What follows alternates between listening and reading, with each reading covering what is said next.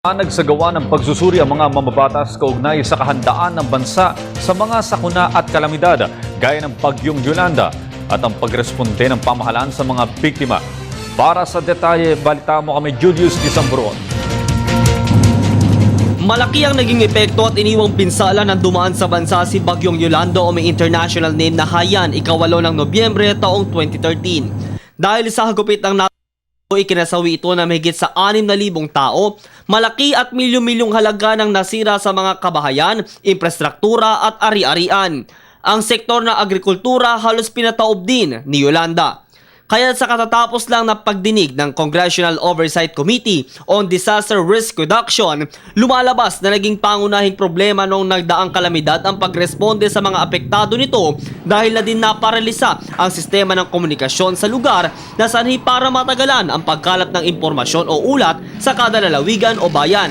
At ang pagkakasira ng daan at mga tulay dahilan naman para hindi makadaan ang mga sasakyan ng pamahalaan na magbibigay ayuda. Ayon kay Interior and Local Government Secretary Mar Rojas, sa kabila ng mga isyu na may kaugnayan sa bagyo ay patuloy ang ginagawang aksyon ng pamahalaan para agad na makabangon sa pagkakasadlak ang ating mga kababayan. Itong mga intriga na ito, distraction, minsan masakit, gano'n, pero pinapasa Diyos ko na lang, o pinapasa asim ng sikmura ko na lang.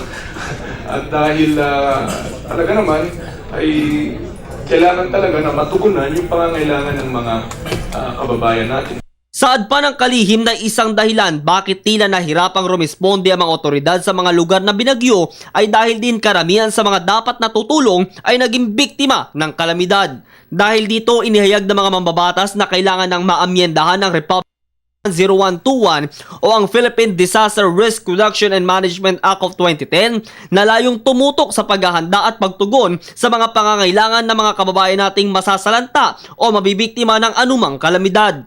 Nakapaloob din sa nasabing panukala ang koordinasyon kapag may emergency, ang deklarasyon ng state of calamity at agarang aksyong dapat gawin ng mga responsableng ahensya. Kasama sa iminungkahi ni Representative Rodolfo Biazon ang pagkakaroon ng kapangyarihan ng ehekutibo para gamitin ang ilang pribadong resources nito para sa relief operations at pati ang modernisasyon sa mga kagamitan ng hukbong sandatahan para mabilis na makaresponde.